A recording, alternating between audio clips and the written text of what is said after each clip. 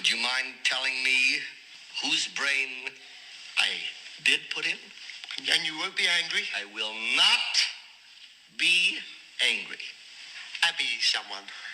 Abby someone. Abby who? Abby Normal. This is the Abby Normal Podcast, here to tell you that you're weird, and that's normal.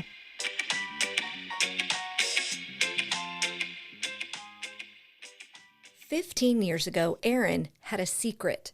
It had been so long that though I knew the secret, I didn't remember it was a secret. So last month when we were hanging out with friends, I brought it up and asked if she wanted to talk about it on this show.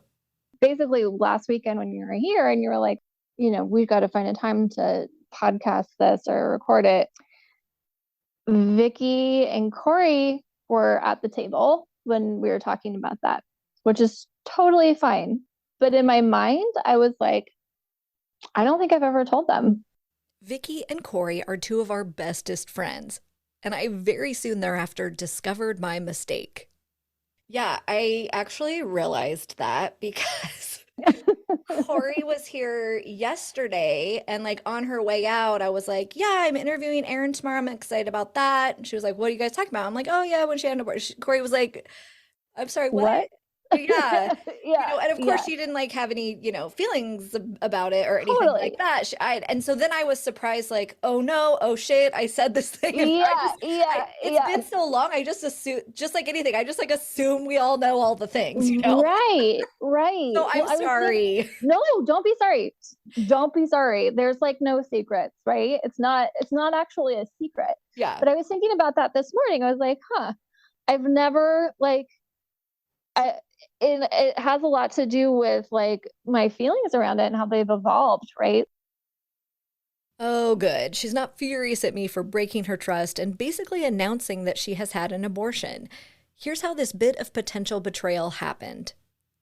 You know this, and I trusted you, and we talked about it and had our rooftop 1,000 cigarettes in the pouring rain conversations. But I sort of at that time did not feel okay about it. It was definitely a shameful secret inside of me. And so I had a couple people, Devin was one of them. Gus was there at the time we were living with him. He knew about it. But outside of that, didn't tell my sister, I didn't tell my mom, I didn't tell really anyone else. And it was because I felt so ashamed and so bad and so guilty and dumb.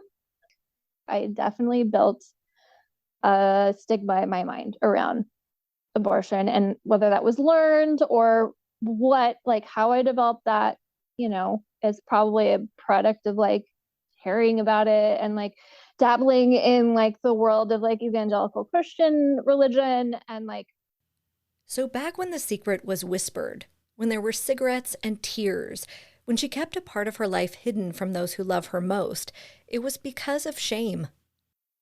Yeah, so it's weird. Yeah. Because right now I'm well, yeah, fuck yeah, I'll talk about it on your podcast, which you can anyone can listen to, right? And it's just my take on it was so different back then.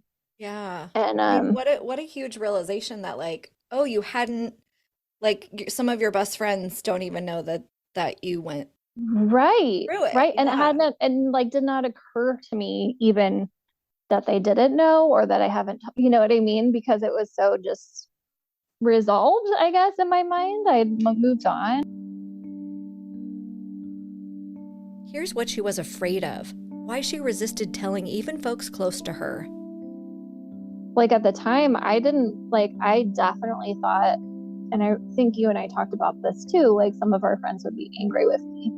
And it wasn't just my own feelings of shame, but I was scared about how, they would react to the situation because of, their own, beliefs around it and religious upbringings and, morals, and I don't know how much of that has, I know it's changed for them, just in conversations about body autonomy and things. But I think that was part of just not, I didn't want I didn't want them to be angry at me. I didn't want them to think of me as like, I don't know. I never thought they would think of me as like, a worse person or something like that, and wouldn't like be judging me, but would be angry, like disappointed. You know what I mean? Mm-hmm. There's like a difference between, they wouldn't write me off as a friend. I didn't feel a fear of that, but I just didn't want people to be disappointed in me. Sure.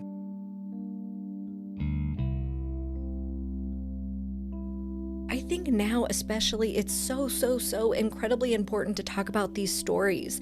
The abortions that are no big deal, the ones that feel scary and shameful, the ones that are a devastating loss, the ones that are joyful, and everything in between. Erin agrees, which is why she's here now, unburdened, to tell her story with a shame-free narrative. Yeah. So it was funny because when I was thinking about that this morning, I was like, yeah, that was like a weird moment. Like when we talked about it on the porch, because I was like, wait, who knows that? Mm-hmm. In my mind. And I just didn't even realize, because it's just Right.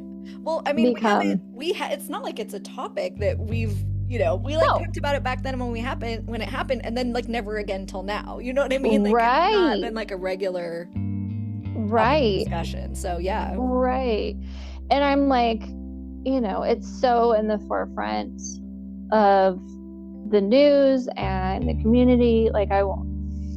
But It yeah, almost so makes me wonder, like if anyone else has gone through it, and like that I it had the hasn't exact like same. circulated through, Right. To my knowledge, none other friend group has. But it's totally possible. Right. Right. Yeah. Because I felt like I had to keep it a secret, and it was a shameful thing. And you guys are my best fucking people in the world. And so, yeah. And this is exactly why, like, we have to talk about it, right? Like, Yeah. I had a friend tell me when we were like 20 that she had had an abortion, and like my reaction was like so totally inappropriate and like hurtful. I basically just like started bawling, like like it was so totally over the top, Yeah. And I'm so glad she told me, A, because it strengthened our friendship, but also because I was able to like be there for you in like a normal friend way, I hope. Yeah, Without absolutely. being like a weirdo about it. Like, and so each of those No. conversations just like normalize, Were you crying because she did it, or were you crying because you were like feeling sad for her? Does that make sense? It's a subtle difference, but Yes, it was both. It was two. It was number one, I believed that the fetus was her child, right. and I was sad that she had to take that step for the quote child, and also for her because I loved and cared about her, and she had a child already, and like so yeah, it was like my point of view. I of course was like not mad or angry, or I guess maybe disappointed might be used, but Yeah.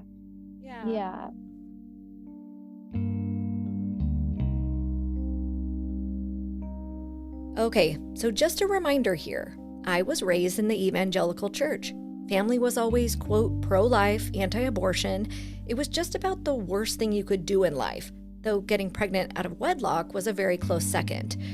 So yes, my tears were for her that she had to do this thing, and for the baby that I thought had lost its life.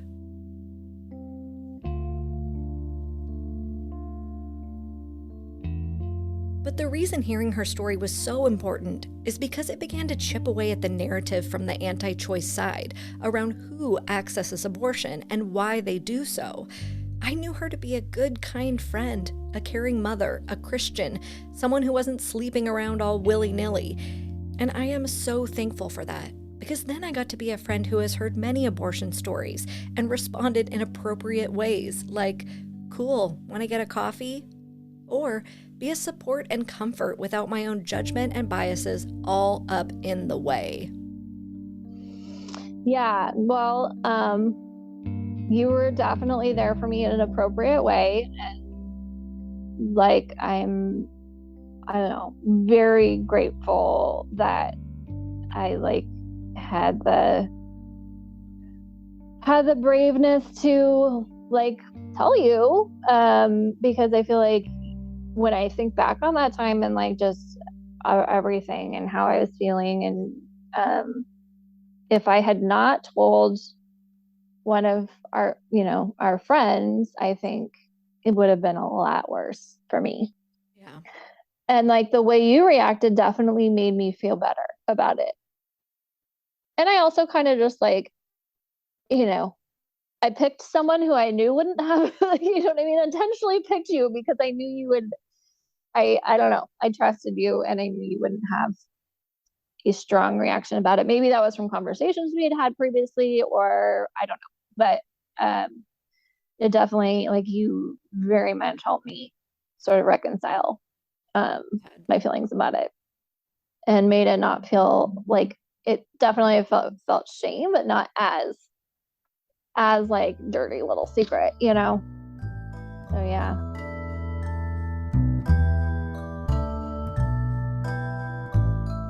All right, let's rewind. Almost 15 years ago to the day. Erin was 25 years old. Her boyfriend Devin was an artist. They were serious, but their relationship was pretty new. We had been dating, oh my God, maybe like a year. Remember, we met, he moved to Italy. He was there for like 9 months, moved back. So a little over a year. He got back from Italy, they were reunited, and it felt so good.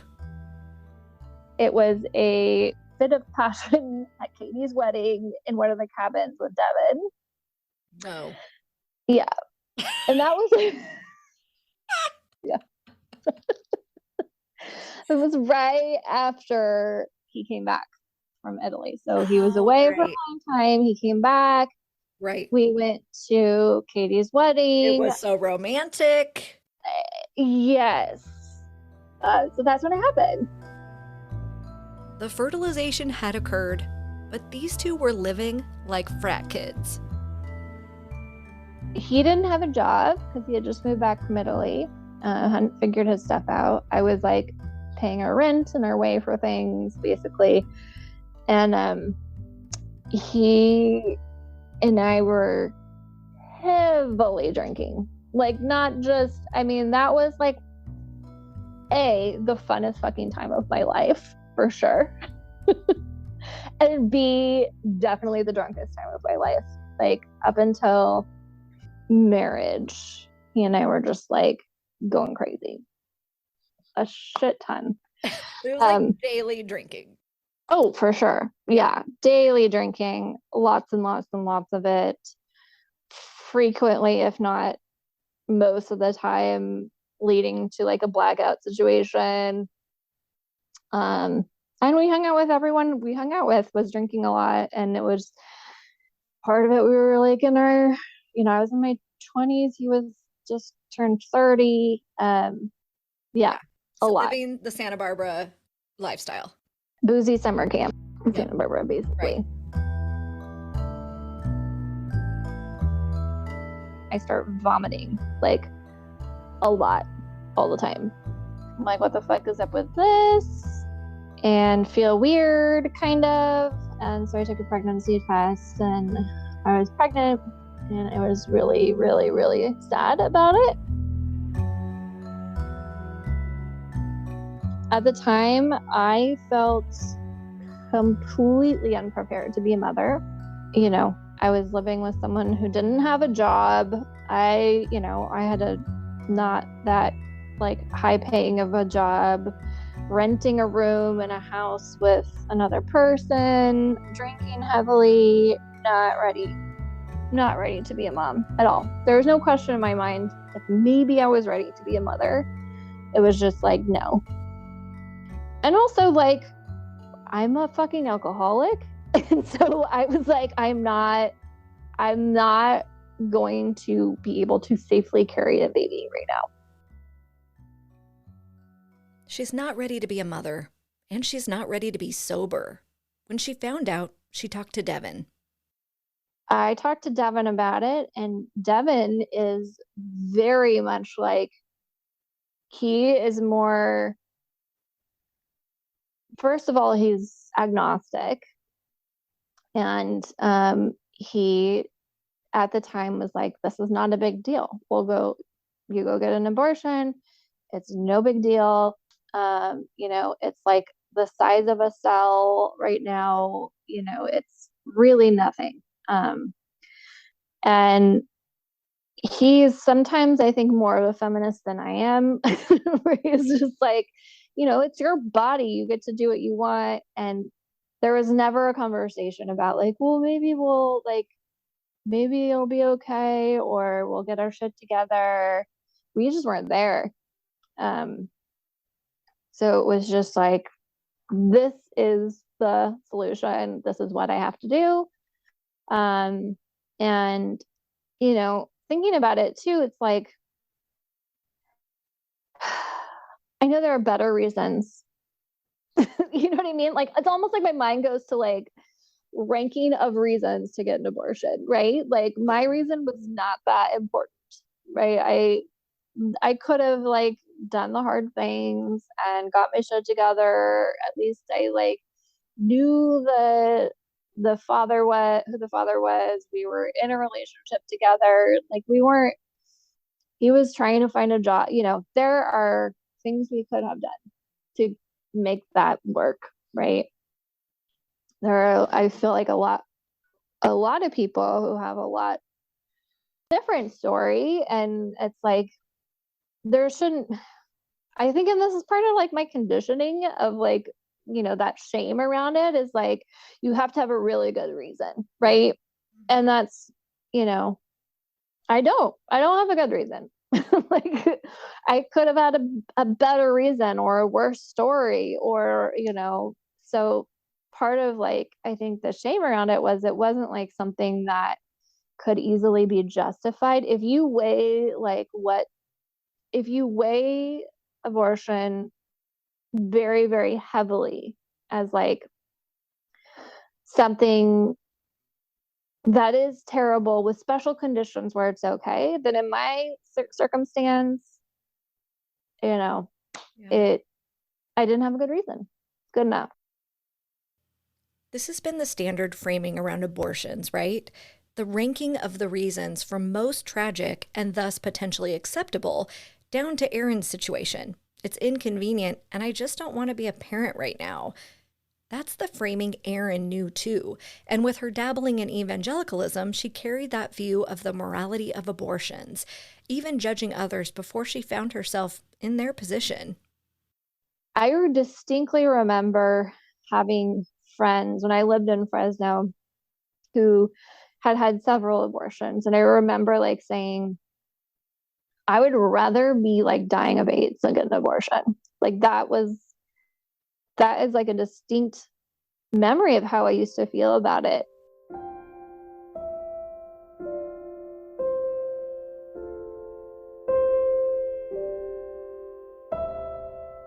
This view was not one Devin could comprehend at all, which meant that even though he was with her along the way, ultimately, she was alone. So anyways, I called the Planned Parenthood, went in. I was very embarrassed to be there in the waiting room. Devin came with me. He was just like, I don't think he could grasp in my mind where I was with it. Right? Right, totally. Because I was trying to be cool about it. And then they did the thing. It took like 2 minutes. It was very fast, almost painless. They gave me Valium beforehand, just to like chill me the fuck out. The doctor was super nice. He was just, I remember him going, so how are you today? When like, he's like up there, and I was like, I've had better days. And he kind of laughed, and they were all just like the best people I, throw as much money as I can at Planned Parenthood because that whole experience was just like so non-judgmental and it felt like a normal like doctor's visit, Right. right? There was no shame involved. There was no like trying to talk me out of it. It was just like, this woman has ownership over her body and we're going to do the thing she wants to do, right? It was just it was a very easy thing. They made it simple. But I remember Devin picking me up and just feeling so shitty about it. Like, what were you thinking about, like, afterwards? Or do you mean you felt physically shitty? No, I didn't feel physically shitty. I mean, I had like a little cramps and stuff, but it was not. I just felt emotionally shitty. I felt like a terrible person. I felt like I was swinging between like it's okay and also like I murdered someone. And I didn't just murder someone, I murdered my own kid, my own child, right? And that was just like, and also, a lot of it is like, am I ever going to be forgiven for this? Right? Is this like an unforgivable sin, basically? Yeah, I just felt immense guilt.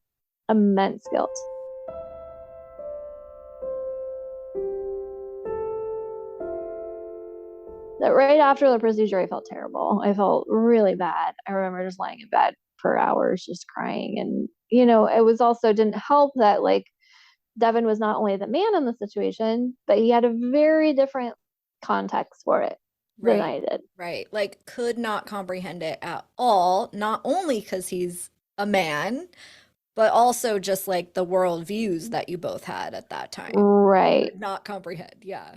No, no. And I just didn't understand. I mean, he was, of course, really nice. Like, he wasn't like, you'll get your shit together, fucking book up. He was nice. He took me up to Gibraltar that evening. We watched the sunset, had beers, a lot of them. But he also didn't understand. Just didn't understand where I was coming from. That was a little hard.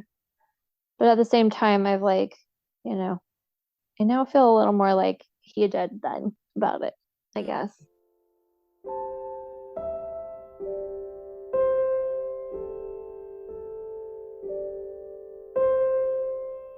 And there are like still to this day, like sometimes where I'm just like, I wonder what that person would have looked like. I wonder what it would have been like. I wonder, you know, wonder if it would be, and do the calculation, like how old would they be, sort of go through that thing in my brain. And now I do it not with guilt, but just with like, that's a door I didn't take.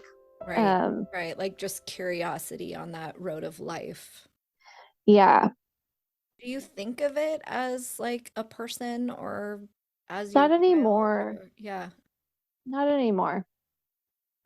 I don't. Um, I don't. I think I've just like my idea of faith and of God and the way the world works is a lot different than it was 15 years ago. A lot different, like extremely different. And I think it's not just like abortion, but a lot of different things I just evolved to think very differently about. And this was, part of that sort of evolution. And I don't, when we talked about it, it was a lot about forgiveness. And I did feel forgiven, I did feel like it was like, I felt a lot better. I felt like, okay. It's like I didn't like end a person. I ended like a possibility, like a one, something. Yeah, I ended like one possibility.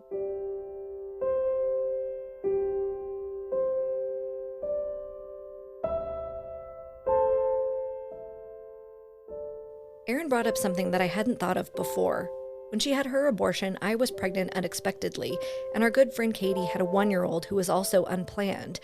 I do remember back at that time wanting to make sure Erin knew that she could do it, that we were here for her if she chose this path too. But once she made her decision, I didn't consider how she might have felt watching us walk one path while she was on another. I think watching like you like shortly after this situation, like watching you and Katie like raise babies, I think that was hard on me a little bit, just because I felt like, oh, they're fucking doing it, they've got this, like they're struggling with all the normal like new parent struggles, but you guys weren't planning on you guys weren't planning for that, right, at that point in your life, and you made it work. Like, you got your shit together, Katie got her shit together, just made it work. And so seeing that, I was just like, sometimes I was just like, I could have made this work. And also I couldn't. Yeah. Yeah, I've never thought about like how you would have felt after that time. Like, I don't know. Yeah. I mean, Never it thought just about like it. was the range of emotions. Um, and thinking about that now, like going back to like how I like sometimes imagine like, oh, they'd be, this old, and um thinking about that now, like my pregnancy with Cypress was not good, right? Mm. And not only was I like ill prepared to have a child, basically, if I had the pregnancy I had with Cypress when I was that age, I don't know what, I, Oh my gosh. I was not prepared. I certainly wasn't prepared for pregnancy, and it was definitely not prepared to be like going through that. And so Oh. sometimes I think about like, well, maybe this was the right, it makes me feel better about my choice, I guess, a little bit. Yeah. Um, In that if you were gonna have this type of pregnancy, like better to right. have it later in life in a stable environment, you are healthier, like all of those things. Yes, definitely. When Erin had her son 5 years later, it was a traumatic experience. She had an emergency C-section at 26 weeks and spent harrowing months with him in the NICU. So, this reality also impacts her reflection on the past. She's thankful she went through that later in life when she had more tools to handle it.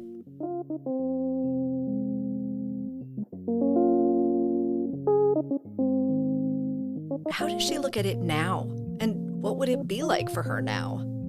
I don't know. It's talking about like how easy it was for me to get an abortion, how like the actual act of getting it was the easiest part about the whole thing for me.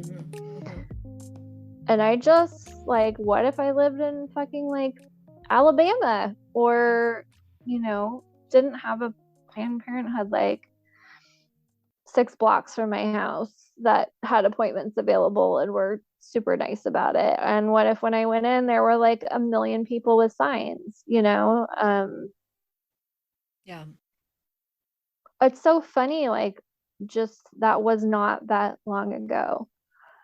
And I mean, it's not funny, it's sad how like drastically different people's experience with the whole process is than mine was. Right, right. And it's based on where I live and my color of my skin, and Yeah, and you had somebody to drop you off at the doctor and pick you up and right. a level of support. Yeah. Yeah.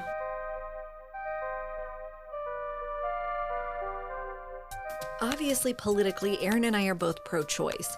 Here's how she's feeling right now with Roe v. Wade being overturned and everything that's happening at the state levels. It's scary. It's fucking scary. It's really scary. and just infuriating. Behind like the fear around it is just rage. It's scary. It's just like, this is like it's just so big. It's just so big. It's such a huge right that has been taken away, and it's infuriating because it's, like a fucking giant step backwards. Yeah. It's not just like this tiny little step backwards. Oh, we can make it up and we can, we can push ahead. It's like huge, huge, huge, huge leap backwards. Mm-hmm. It's frustrating because, yeah, it should be there shouldn't even be an argument about it, right? Like, I don't know how to feel about this yet. You know what I mean? Yeah. I know I'm mad, but it's just I don't have the words for how mad I am right now. Mm-hmm. Yeah. Yeah, and I know that like the rage needs to be channeled into action, at some Right. point. And it's like in California, I sometimes don't know what to do. I'm sure I can Google and someone has the Yeah. answer, but it's like Yep.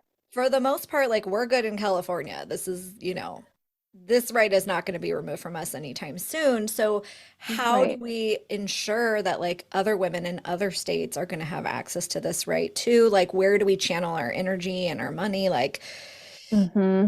to fix it? It doesn't feel clear cut with this each state gets to make their own decision model. No, no. And I feel like it's just since the pandemic, it's sort of been this like that's the default, like just everyone's on the road. You fucking deal with your people in your state and we'll deal with ours. In the meantime, like there's backward ass states out there with like people not agreeing with what their leaders are Yeah, doing. right. And yeah, it's just like I don't feel like we're a unified country about this. I feel like the vast majority of people are unified about it, but Yeah, like piecing it out state by state, it's like we're not. right, Yeah, right, it's hard. Like you're right, it's so hard to tackle because it's like, well, what state do I get? Like where, it's all scrambled. right, exactly. Yeah. Yeah. I mean, yeah, I mean, what is it? The latest data is like 70% of Americans support the right to I choose. think it's 80. Yeah, it's super high. And yet Yeah, our government bodies are not representative of, racial and gender differences. And so we've got all these white dudes that are making this call that are not representative of what the American people want. And part of it is they don't hear these stories. Like they don't understand how common this is and that the people that they love in their lives need this health care. mm-hmm. So they're making Yeah, some kind of moral judgment from this high place with like limited understanding of both history and the current state of the world. right, Frustrating. right. So frustrating. And their daughters will have access, right? It doesn't really affect them. Well, and to a certain extent, I also think that like, because there's also the shame of getting pregnant. Right. Mm-hmm. So you have the shame of having an abortion, right? But then a lot of young women also carry the shame of being pregnant.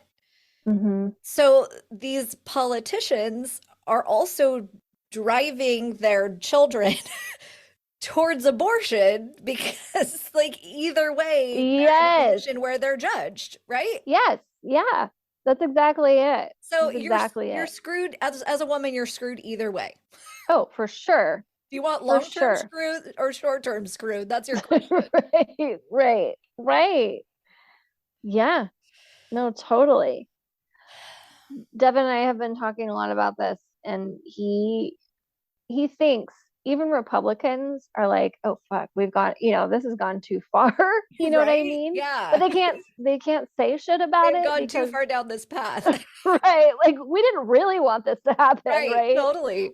Like this is like, yeah, we've let this train out of the station and it's just moving on its own, but we can't like go back on, you know what I mean? We've got to still let these people think that we're with them. Hmm. Yeah. Yeah, I think there's some truth there for sure.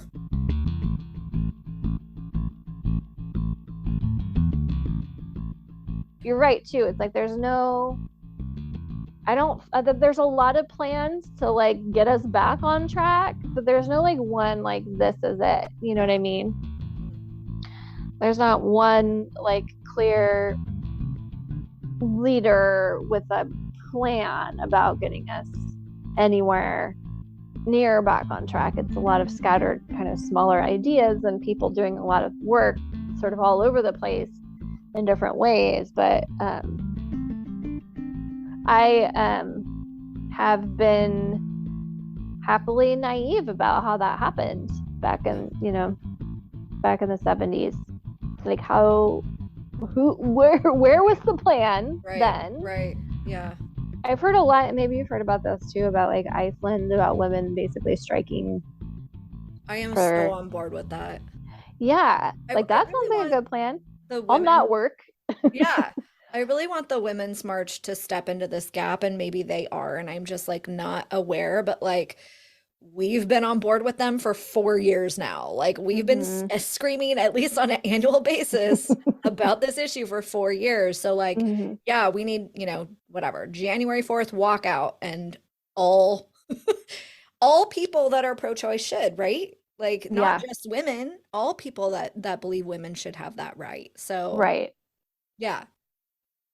Dear Women's March, please. Do you hear this request? Please initiate a strike. They're like, bitch, go to our Instagram. We've already posted it. I know. We've been like emailing you every day about this. We've been asking you for $2 and you refuse to reply.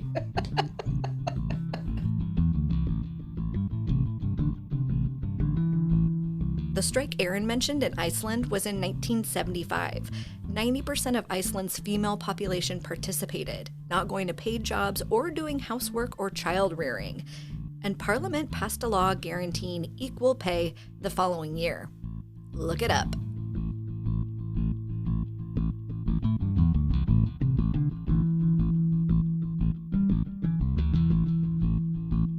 I think a lot of people's political views on this issue have shifted. In the 1990s and early 2000s, in an age where this right was solidly in place, some could view it myopically, as a single issue, an action they could believe was a binary, moral right versus wrong. But as the abuse of women was normalized through 45's language and ultimate election, as the threat to women's rights has grown and culminated in this Supreme Court decision, we've had to take a real look at abortion, clicking open the aperture to understand all the other things that impact women, and thus family planning. This issue is far too complex to dig into on this show, but I asked Erin how her own view of abortion has changed over the past 15 years. And it was a combination of science and spirituality. I think the big thing was just scientifically understanding what it was that I chose to do. And then, that really was what allowed me to reconcile. Like, okay, let me let the logical brain take over here for a minute and realize what it is. And also I think like honestly I think being a mother helps me like change a lot of my thinking around a lot of things. If you want to get into like the whole faith, I mean, when you're a mother, you understand a glimpse of what God's love is like. I feel like you get this whole epiphany about what humanity is and what love is and what's important. And I just feel like I weigh much more weight with the quality of people's lives than I do to this like scientific procedure. Do you know what I mean? Right. Yeah. And also like I think as like the whole Me Too movement and as more women tell their stories and you realize how fucking common it is and just how fucked up the patriarchy has been in general, like that it's an important piece of power to have power over yourself, right? Right. And your own decisions. Yeah. And I guess I just I think a lot of us just didn't wake up to that, like, Mhm.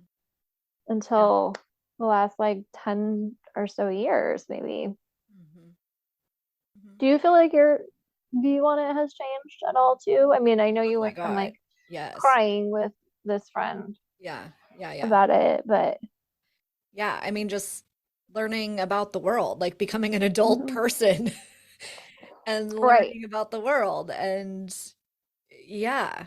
And learning about God. I had like such a Yeah. fear-based view of God. And so I love Right. the way you were talking about like becoming a mother, like understanding the love that you would have for, your creatures or whatever that you've created. Right. Like, yeah, I just the fear has really fallen away. And I think God gives us permission to make the decisions that we need to make. Like yeah, hmm I definitely don't have like a moral judgment on it anymore like I did. Yeah.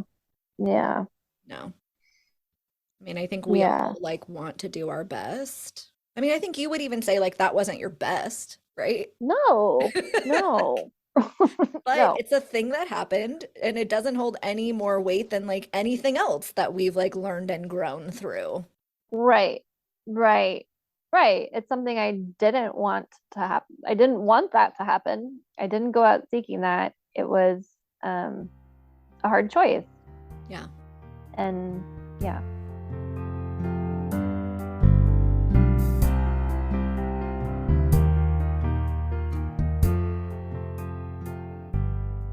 I also just want to call out like what what you've done with your life since then. I mean, working in nonprofits and like moving your way through the ladder in your career and like serving homeless people and working at the food bank and serving a congregation that's doing good things and having a son who's now what, 11? 11. Your son and going through everything you went through with him as far as like being a preemie and like getting him to the age of 11 is amazing. And getting sober. You've been sober for 6 years. Like, I'm just so proud of everything that you've done in your life. And that was one stage in your journey to where you are now. So I love Thank you. That's so sweet. Hold. Do you have to go? Child. I'm almost done. So take a shower and then we can talk about what your request is. What are you guys doing? Literally nothing. That's my kiddo interrupting us. My kiddo who started as a possibility that I chose to carry and birth and parent. And now I want them to have agency over their body, to have power over their choices, to make their own spiritual, moral, intellectual, physical decisions for themselves. So I vote accordingly. I can't make this world perfect for them, but I can at least try to give them the free will that God intended and the life, liberty, and pursuit of happiness that this country claims to provide.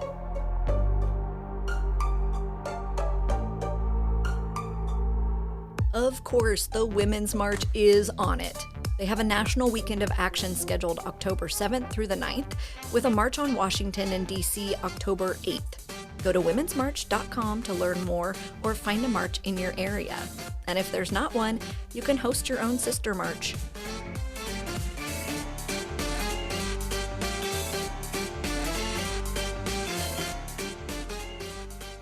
After this conversation with Erin, she listened to the episode and called me for a chat while out walking her dog. It was like super interesting how everything sort of cascaded this week, like realizing what I was doing. Erin was obviously ready to tell the internet about her abortion story. But when it got down to brass tacks, she hadn't realized that that included everyone she knows in real life. My first boyfriend ever is following you. So it's like, all right, if I'm gonna tell my first boyfriend ever, I just have to let it go. I'm like not try and control the situation with like telling everyone first. If my first boyfriend from when I was like 16 years old knows this, I'm just gonna have to figure everyone does, right? Right. And I'm like all the people, that's like the last person you would ever tell. So now I just have to like jump. The realization everyone will know my personal business brought up brand new feelings and steps to take. She was faced with decisions to make related to her real relationships, close family and friends, her extended community. My first, I was first like, okay, I got to tell our friends, right? Because we talk about how I didn't tell them in the podcast, and it would be better if they heard this coming from me rather than just be surprised by this like podcast where I'm talking about not telling them because I'm afraid of judgment and I'm ashamed and all of that. So I was like, all right, I was gearing up. I was like, okay, I'm gonna just call these bitches and tell them I had an abortion, right? And then it was gonna get pretty time intensive pretty quick because I realized, oh wait, not just my friends. I didn't really think through how I'd just go like so on the record and so public about it. Ultimately, she decided to jump and let the pieces fall where they may. And this is why. At the same time, that's my motivation for not keeping a secret anymore, is that I want it to be normalized and, not be stigmatized or some weird thing that no one you ever knew got done. And thank God that never happened to anyone you knew, but it's just a procedure. Totally. So yeah, I really just have to not care. Right, because you can't control it, right? Right.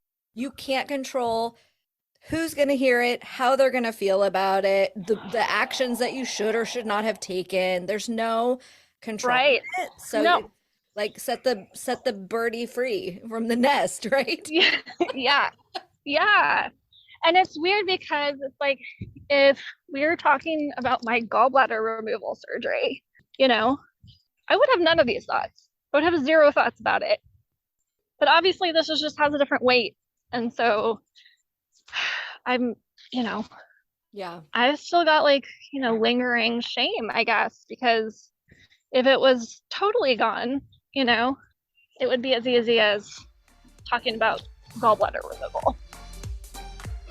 And I found myself like looking through your follower list individually going, what would they think? What will they think? Right. And that was just part of letting go of control. Because I do I really, really, really believe that it's necessary to talk about this stuff and just let go of the fear.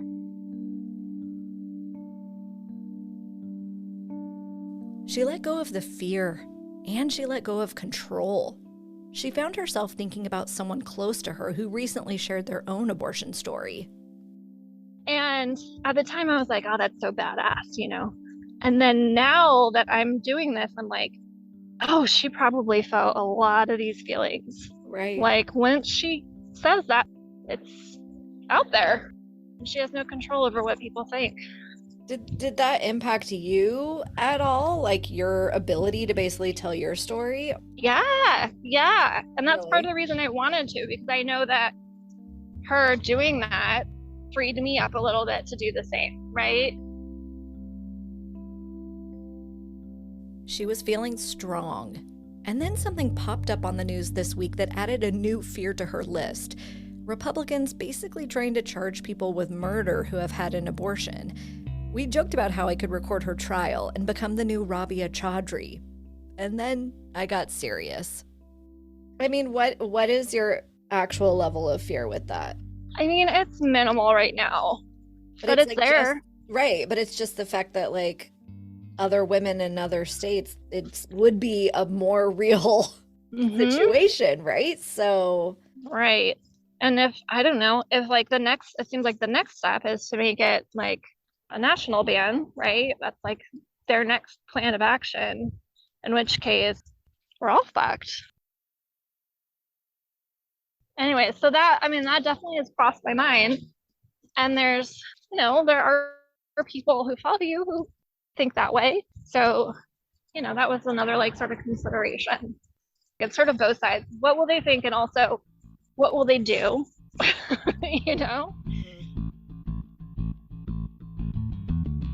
And also, like, maybe they need to hear a human story of someone they sort of kind of know through a couple degrees of separation.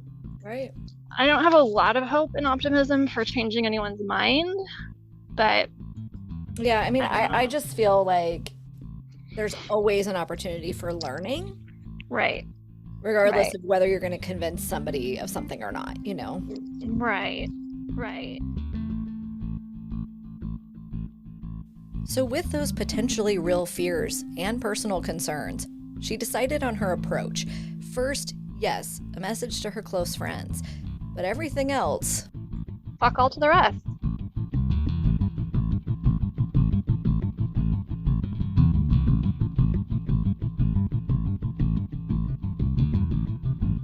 If you think you might want to share your own abortion story, here's Erin's advice and the benefits. As we speak, this episode is not out yet, but do you have any advice for anyone in your shoes that like wants to tell their story? Call Abby. Call me. AbbyNormalPodcast@gmail.com. Highly recommend. I don't know, thinking through like, who didn't you tell who may be hurt by your going public with it? People have a lot of feelings about this, a lot of feelings all across the board about it. But I also think it's okay to be brave and let it go. Part of really letting go of it, like, it not only is helping like humanize it, right? Like talking about it is good, but it also helped me just like fully just have to give up the shame around it and like work through all of those like ingrained notions of like right and wrong, that have been taught to us, and really just like, I don't know, it's been a really interesting and I think really good experience for me. And listening back, you sent me like the first episode or the first cut of the episode, listening to it was like therapy. Really? It was like really, really, really helpful to hear, I don't know, just to hear myself talking about it helped me like kind of formulate like what was it I was feeling about it. And so anyway, I encourage anyone who's feeling brave enough to share their story, but maybe you can go in with a little more like eyes wide open about right, what it would take. About what it would take. That's all. One more benefit of sharing your truth. Those things that we keep secret, right? Right. When we finally like open our fist and just share them and let them go, they kind of just like become integrated into us, and they're not this, like separate thing from us. Right. Oh, you're totally right. And that feels so good, because then it's like I'm a whole person. I include all these things, instead of this like secret rock.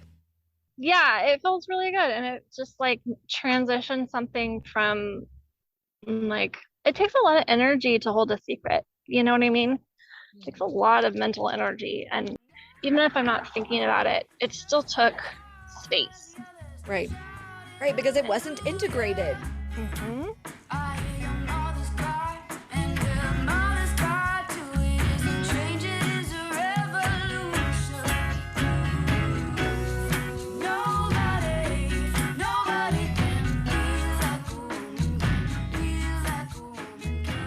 We've got one more abortion story coming in the future. Another Aaron, though spelled with an A. He shares how he's processed the abortion decision he made. He grew up evangelical and he's a pastor now. So I think that there's a lot of like theological ideas around the soul and like when life begins. Right. That I can dig into with him, and he has I can't really speak to that stuff in like a cohesive way. Right. Totally. It's like I can't tell you when it begins, but I know that wasn't it. Yeah, totally. I just know that part wasn't it. Thank you so much, my darling. Thank you. I love you. Bye. Love you too. Bye.